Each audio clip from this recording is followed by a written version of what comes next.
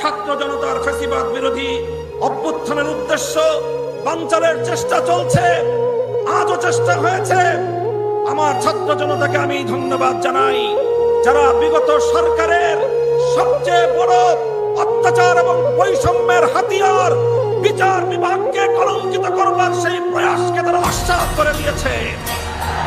এই সঙ্গে বলতে চাই, যদি এই গণ অভ্যুত্থানের উদ্দেশ্যকে ব্যক্ত করবার জন্য পাল্টা কোন প্রতিবিপ্লবের চেষ্টা চালানো হয়, ছাত্র জনতার সঙ্গে কাঁধে কাঁধ মিলিয়ে হেফাজতে ইসলামের সকল নেতা কর্মীরা রাজপথে প্রহরা বসাতে হবে।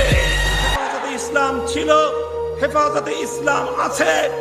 আগামী দিনের জাতির যে কোনো ক্রান্তিকালে ইসলামের যে কোনো প্রয়োজনে রক্ত দেওয়ার জন্য আবার শাপলা চত্বরে যেতে আমরা প্রস্তুত থাকবো। তো স্বাধীনতা রক্ষার জন্য যুদ্ধে যেতে আমরা প্রস্তুত থাকবো। তো যে কোনো অপশক্তিকে বুকের রক্ত দিয়ে রুখে দেওয়ার জন্য প্রস্তুত থাকবে। তো